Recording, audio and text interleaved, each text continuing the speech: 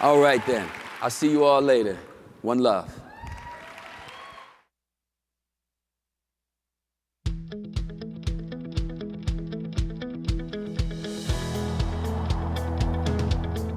Detroit is a great, iconic American city. There are many things that make Detroit great. I'd start first and foremost with its people. Detroit people have grit. They are persistent. They have tenacity. Tough, hardworking, but friendly. We've been part of the Detroit community for 80 years. The future of Detroit is something that we have a vested interest in. JP Morgan Chase is really on the leading edge of investing in Detroit's revitalization.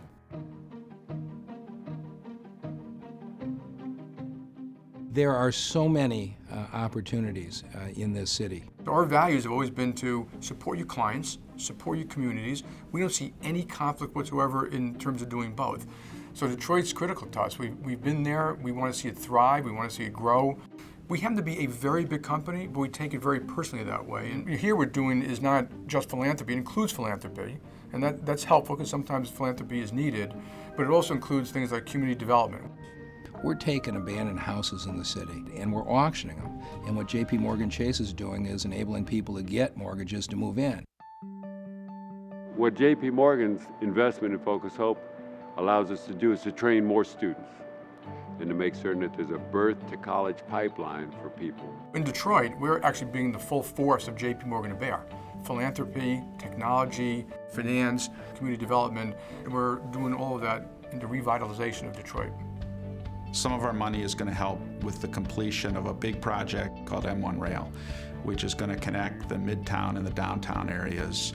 The revival is really taking place. The downtown and the Midtown area are really bustling. We have huge numbers of young people moving into Detroit. The bankruptcy is over. The street lights are being turned back on. Businesses are coming back in. One of the things that I think is really exciting about this partnership with JP Morgan Chase is that they really did their homework. They came in and spent a huge amount of time understanding the workings of the government, understanding the workings of the neighborhood and the business community. There isn't a day goes by that somebody isn't in my office with a plan for a new apartment building, a plan for a new business, a plan for a new office building. It's very exciting. I hope it will spark other companies to follow us and make similar commitments. This is aggressive stuff that the bank is doing, and we are most appreciative. This allows us to do what we do to fulfill our own mission and purpose.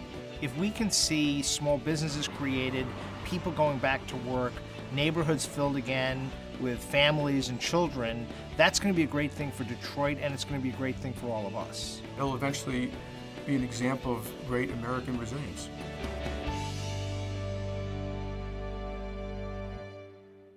Ladies and gentlemen, please welcome Tosha Tabron. Good afternoon, everyone. My name is Tosha Tabron, and I am the Philanthropy Manager lead here for JP Morgan Chase in Detroit.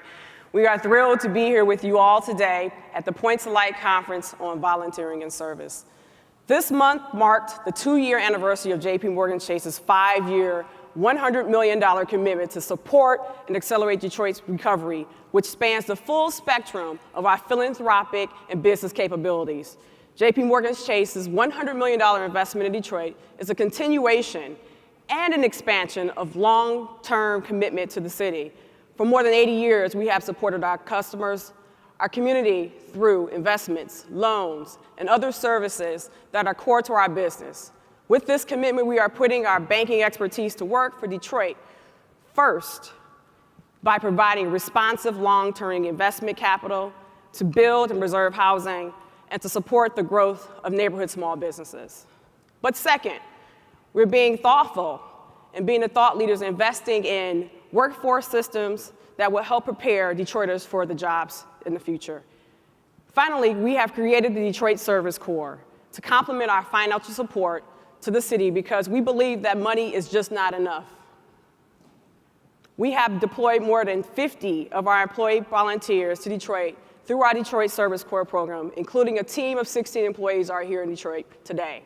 Through the Detroit Service Corps program, we place some of our company's most talented executives from around the world and 3-week assignments with nonprofit partners here to share their expertise on everything from business plan development to human resource management. And we know we have so much more to give to Detroit.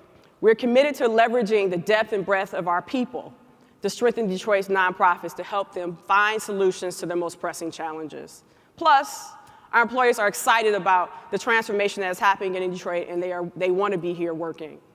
To build capacity in Detroit and other cities across the country, JP Morgan Chase supports the Cities of Services and their Chief Service Officer program, which helps cities leverage volunteerism to address key challenges.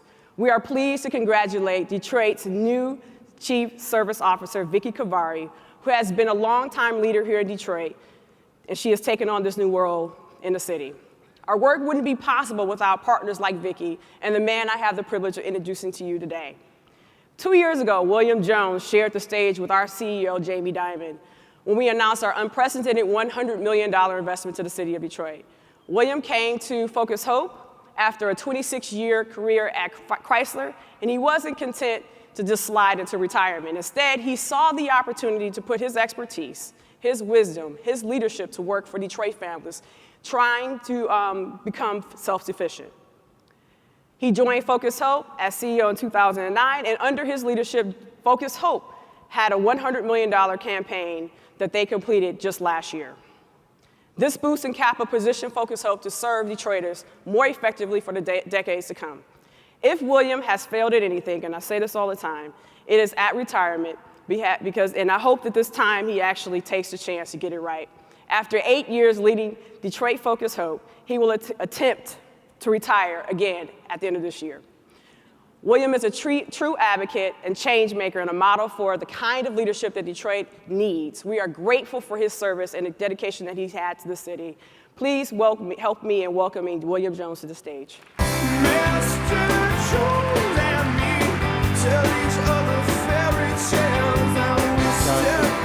Thank you very much. You were great. Good afternoon. It's a real pleasure and honor to be with you today. I must confess, though, I am a bit on edge. Having been described as a failure, it makes anything that I say. How many other failures are there? How many other people in the audience have also flunked retirement? Big group hug. These are my peeps. When I travel around the country, I hear a couple of familiar themes. Detroit is doing great. What's going on in Detroit? How close is Detroit to Flint, and how's your water? When will the Detroit Lions win the Super Bowl? Well, I don't get that question from everyone, just my brother, and he is a fan of a certain nameless football team that plays in Washington, D.C. I have spent the last 8 years of my professional career as the CEO of a very amazing organization here called Focus Hope. For 48 years, this organization has stood for education, opportunity, and community. Focus Hope has emerged as a response to the civil insurrection of 1967, or more precisely, to the conditions that created that civil insurrection, when a small group of very concerned volunteers took on the task of galvanizing Detroiters, young and old, black and white, rich and poor, urbanites and suburbanites, avowed racists and the victims of racist practices and views to come together in a series of activities, community meetings and festivals, marches and demonstrations, to not only stop the pervasive institutional racism that oppressed so many of Detroit's citizens, but to change the trajectory of this city. Led by the legendary father William Cunningham and the late Eleanor Jositis, in March 1968, they adopted a mission statement that at its heart calls for intelligent and practical action to overcome racism, poverty, and injustice, and to build a metropolitan community where all people may live in freedom, harmony, trust, and affection. Since that time, Focus Hope has continued to grow and to expand its execution of that mission to where we now do our work in 3 primary areas: workforce development and education, community development, and food and basic needs. With the firm belief that our work must create permanent transformative change, we take a comprehensive, holistic, multi-generational approach, illustrated here by a Center for Children, where we are committed to early childhood education through early Head Start, and Great Start readiness programming. And it doesn't end there, because we are engaged with the K-12 providers in our neighborhood to ensure that a high-quality pathway exists from birth to college to economic prosperity, and not a high-speed pathway from birth to, well, prison. Joann Johnson, whose picture you see here, is a tremendous example of our food and basic needs programming, where low-income seniors are able to participate in the Commodity Supplemental Food Program. And we also use that platform to provide assistance to the seniors with enhanced access to some of their other basic needs for healthcare and public services.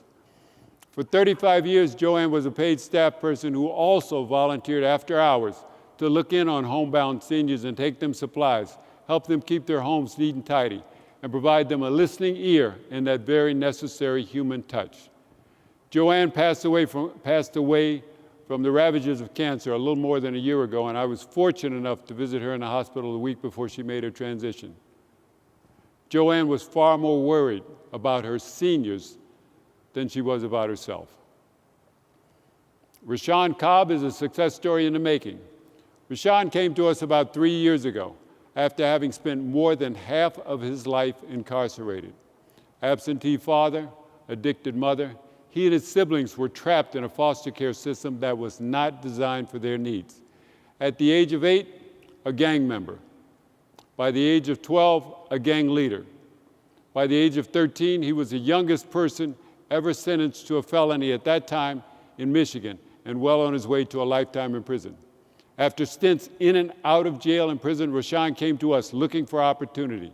And through some of our workforce programming, not only turned his life around, but is now a productive citizen. He's a devoted father to his 3-year-old daughter, and he is in the process of buying and renovating his second home. The road has not been entirely smooth. There's been bumps on the way, interrupted by a parole violation and a return to prison, and the very real risk that he would lose everything he'd been working for. But with the assistance of some dedicated volunteers, Rashawn found the guidance he needed and still needs as he continues on his journey to a lifetime of productivity, prosperity, and parenthood. The Hope Village Initiative is in the 5th year of a 20-year effort to transform the neighborhood surrounding our campus into one where everyone will be educationally well-prepared, economically self-sufficient, and living in a safe and supportive environment. In 2015, we were blessed when over 10,000 volunteers from the Evangelical Lutheran Churches of America came together with us to kickstart a project called Keep It 100. During 3 of the hottest days last summer, they made a huge effort in the placemaking phase of our work and completely transformed the neighborhood. I would like to wrap up my remarks with some stats on Focus Hope. Last year was actually a very low year for us, and we only trained and placed 469 individuals in the workforce. For years now, Focus Hope and its volunteers have seen to it that over 42,000 low-income seniors, and that's 42,000 a month, are provided some of their nutritional needs through the Commodity Supplemental Food Program. And the Hope Village Initiative is perhaps the purest example of our mission statement, where we seek to bring people together and establish in an overlooked and underserved Detroit neighborhood the kind of community where anyone would want to live, work, and play. Focus Hope is an extraordinary record of service to the Detroit community, but it would be impossible without the time, energy, and commitment of so many volunteers. In 2015, we recorded more than 250,000 volunteer hours. That's just in 2015 alone. And I find it particularly inspiring that so many of our volunteers are young people. They're Rashawn's age, early 30s, who are not only here in Detroit because it's hip and the barriers to entry are low, but are also here to make a real difference and are committing their free time and energy to work that urgently needs to be done. When we look at it comprehensively, we believe that 1/3 of the work done at Focus Hope is actually executed by volunteers. Each year on the 2nd Sunday in October, we, the Focus Hope community, staffers and volunteers alike, come together for our annual walk. We call it Eleanor's Walk for Hope after our late co-founder, bringing city and suburbs together across all ethnic, economic, and political persuasions. We walk in unity to overcome racism, poverty, and injustice. Father Bill Cunningham, our other co-founder, once said, "Morality cannot abide people who refuse to get their hands dirty with the building of a just society." Thank you for getting your hands dirty and helping to build a just society. On behalf of the staff of Focus Hope and its thousands of volunteers, I thank you and best wishes for a terrific conference.